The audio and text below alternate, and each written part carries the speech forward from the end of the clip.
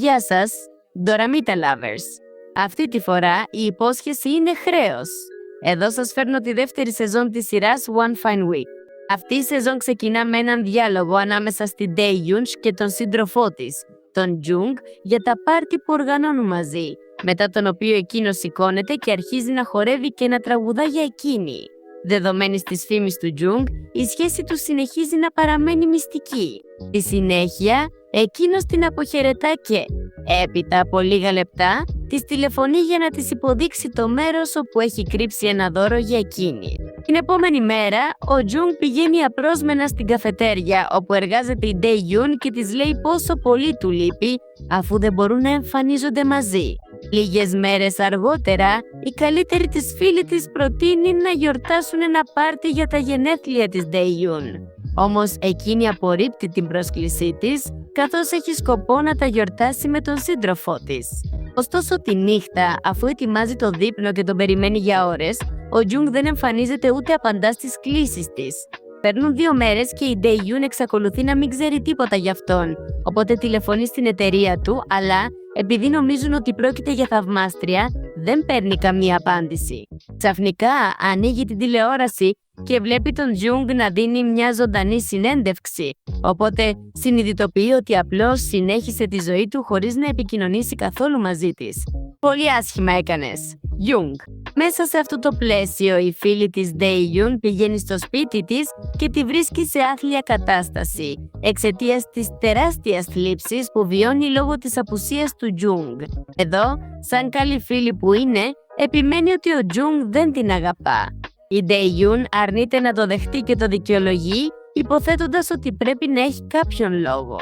Αργότερα βλέπουμε τον Jung να μιλά με τον βοηθό του, ο οποίος αρνείται να κάνει ένα τηλεφώνημα κατόπιν εντολών του αφεντικού του, που έχει αποφασίσει να θέσει υπό έλεγχο το τηλέφωνο του καλλιτέχνη, αφού έμαθε για τη σχέση του με την Dae-yoon. Ταυτόχρονα η Biyul βρίσκεται σε συνάντηση με τον εκπρόσωπό της και το αφεντικό της, ο οποίος τη διατάζει να συμμετάσχει σε ένα πρόγραμμα στο οποίο θα πρέπει να συναντηθεί με πολλούς διάσημους για να κάνουν πρόβες σε ένα τραγούδι.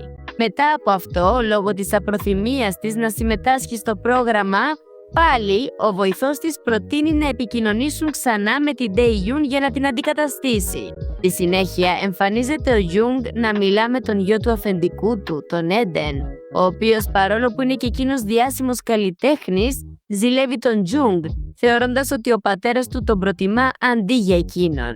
Εν τω μεταξύ, η Biyul πηγαίνει στην Dae-yoon για να της προτείνει μια νέα ανταλλαγή, επιμένοντας τον κίνδυνο της παραμονής της στην εταιρεία και στο ότι θα μπορέσει να ξαναδεί τον σύντροφό της. Οπότε εκείνη δέχεται και συμφωνούν μαζί πως θα είναι η τελευταία φορά που θα το κάνουν. Αφού λαμβάνει πληροφορίες για τους διάσημους που θα γνωρίσει από τον εκπρόσωπο της Biyul, την επόμενη μέρα η Dae-yoon πηγαίνει, νευρική, στο σπίτι όπου θα γυριστεί το πρόγραμμα και αρχίζει να συνομιλεί μαζί τους. Δεν αργούν να αντιληφθούν μια κάπως παράξενη συμπεριφορά από την πλευρά της. Μία από αυτές που συνήθως παρενοχλεί την Biyul σύντομα την προειδοποιεί να προσέχει, αλλά ένας άλλος από τους διάσημους εμφανίζεται για να την προειδοποιήσει να μείνει μακριά της. Και ενώ μιλά μαζί του, βλέπει από μακριά τον σύντροφό της, τον Jung, που, αφού τελειώνει ένα τηλεφώνημα, δίνει το κινητό του στον Eden.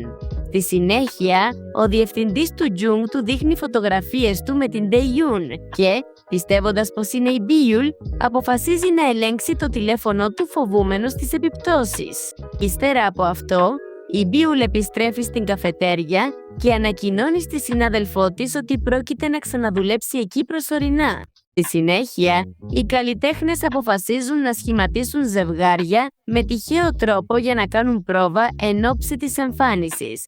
Και πρώτοι, ο Eden και η παρενοχλήτρια της Biyul σχηματίζουν την πρώτη ομάδα.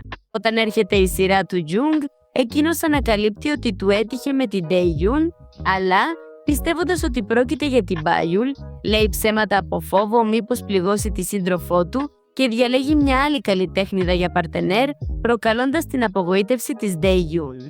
Αργότερα, ο Jung απευθύνεται στον συνάδελφο της Dae-yoon, τον Do-hyun, για να της μεταφέρει ένα μήνυμα εκ μέρους του, αλλά εκείνος αρνείται και τον παροτρύνει να μιλήσει ο ίδιος μαζί της. Λίγα λεπτά αργότερα, η Dae-yoon βρίσκεται να ηχογραφεί μια συνέντευξη, στην οποία τη συγχαίρουν για την επιτυχία του προηγούμενου προγράμματός της, κάτι που της προκαλεί νευρικότητα, καθώς φοβάται ότι μπορεί να ανακαλύψουν πως δεν είναι η πραγματική Μπίουλ.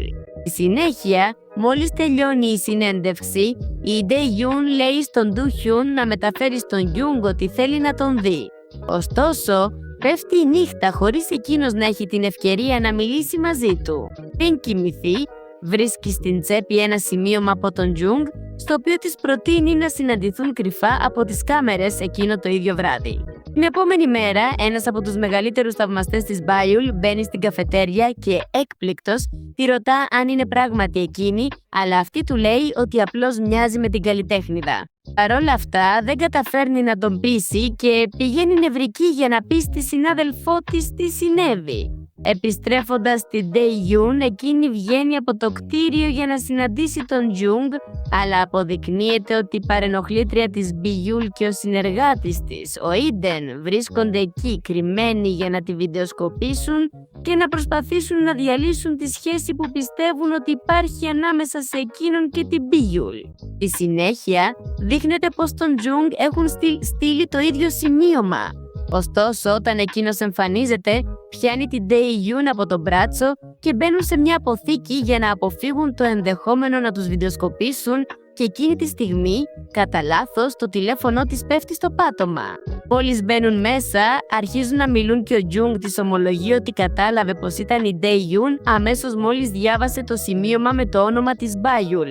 Επίσης, αφού εξηγεί στην Ντέιουν τον λόγο για τον οποίο δεν μπορούσε να επικοινωνήσει μαζί της, εκείνη κατανοεί την κατάσταση και του διαβεβαιώνει ότι δεν του κρατά καμία κακία. Ενώ οι δυο τους συνομιλούν, ο Ντουχιούν τους παρατηρεί μαζί από την πόρτα της αποθήκης και, παρακινημένος από τη ζήλια, παροτρύνει αργότερα τον Γιούγκ να απομακρυνθεί από εκείνη, πιστεύοντας ότι πρόκειται για την Μπιούλ. Μέρες αργότερα, η Ντέιουν και ο Ντουχιούν ετοιμάζονται να πραγματοποιήσουν μια φωτογράφηση. Ωστόσο, το φόρεμά της αποδεικνύεται πως δεν είναι στο μέγεθός της, οπότε ο συνάδελφός της τη σκεπάζει με το σακάκι του και ζητά εξηγήσεις από τους υπευθύνους. Αφού μαθαίνει ότι η παρενοχλήτρια της Μπάιουλ είχε πάρει το φόρεμα της Ντέιουν, εκείνος ομολογεί τι συνέβη μπροστά στους παρευρισκόμενους, αφήνοντας την ένοχη άφωνη και χωρίς να ξέρει πώς να αντιδράσει. Αργότερα βλέπουμε τον Ιντεν να χρησιμοποιεί το τηλέφωνο που είχε χάσει η Ντέιουν έξω από το κτίριο, οπότε ο Γιούγκ προσπαθεί χωρίς επιτυχία να το ανακτήσει. Ωστόσο, εκείνη τη στιγμή εμφανίζεται μια άλλη από τις καλλιτέχνηδες, η Χουαΐν, και καταφέρνει να του το πάρει από τα χέρια. Μετά από αυτό, το παραδίδει στον Γιούγκ για να το επιστρέψει στην Ντέιουν, ενώ τον προειδοποιεί να προσέχει με την Μπούλ, αφήνοντας να φανεί ότι και εκείνη είναι ερωτευμένη μαζί του. Στη συνέχεια, ο Γιούγκ ξανασυναντιέται κρυφά με την Ντέιουν και αφού της επιστρέφει το τηλέφωνό της, τη διαβεβαιώνει ότι οι άλλοι ήδη γνωρίζουν τη σχέση τους και ότι δεν υπάρχει λόγος να κρύβονται. Ωστόσο, συνειδητοποιούν ότι αυτό μπορεί να βλάψει τόσο τη δική του εταιρεία όσο και την εταιρεία της Μπάιουλ. Στην καφετέρια, ο θαυμαστής της Μπάιουλ τη διαβεβαιώνει ότι είναι σίγουρος πως πρόκειται για εκείνη. Οπότε, αφού βγαίνει από το μέρος, επικοινωνεί με την εταιρεία του Γιούγκ και τους αναφέρει τι συνέβη. Έτσι, την επόμενη μέρα η εν λόγω εταιρεία επικοινωνεί με τον Έντεν και τον παροτρύνουν να βεβαιωθεί ότι οι πληροφορίες που τους έδωσαν είναι αληθινές. Με το πέρασμα του χρόνου, ο Γιούγκ παρατηρεί πως ο Ντουγιούν πλησιάζει σιγά σιγά την Ντέιουν, κάτι που του προκαλεί πλήρη δυσαρέσκεια.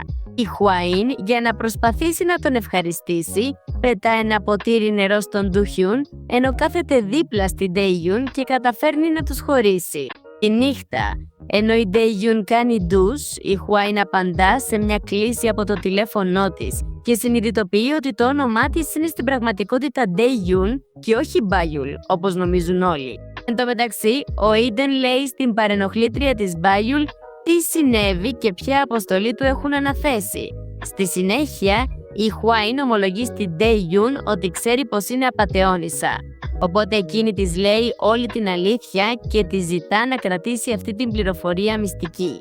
Αργότερα, ο Ντουχιούν διαβεβαιώνει τον Γιούγκ και την Ντέιουν πως γνωρίζει τη σχέση τους, εύχεται στην ίδια τα καλύτερα και προσφέρεται να τη βοηθήσει. Τη νύχτα, η παρενοχλήτρια της Μπάιουλ παίρνει το τηλέφωνο της Dae-yoon και της στέλνει ένα μήνυμα για να πάει σε μια εκδήλωση που πρόκειται να οργανώσει η εταιρεία του προγράμματος. Ωστόσο, αφού λέει το σχέδιό της στον Eden, εκείνος την παροτρύνει να το σταματήσει, καθώς η πρόθεσή της είναι να βλάψει μόνο τον Jung.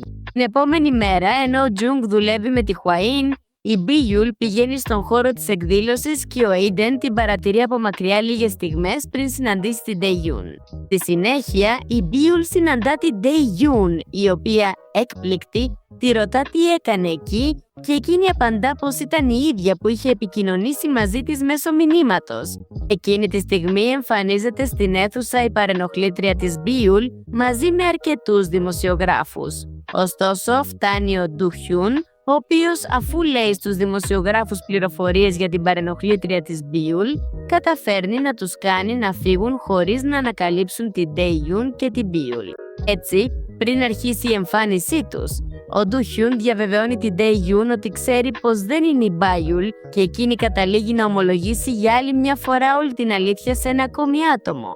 Μετά από αυτό, τραγουδούν μαζί και καταφέρνουν να προσφέρουν μια σπουδαία εμφάνιση παρόλα αυτά. Τιμωμένη με όσα συνέβησαν, η παρενοχλήτρια της Bi-yul τα λέει όλα στον Eden και του ζητά τη βοήθειά του.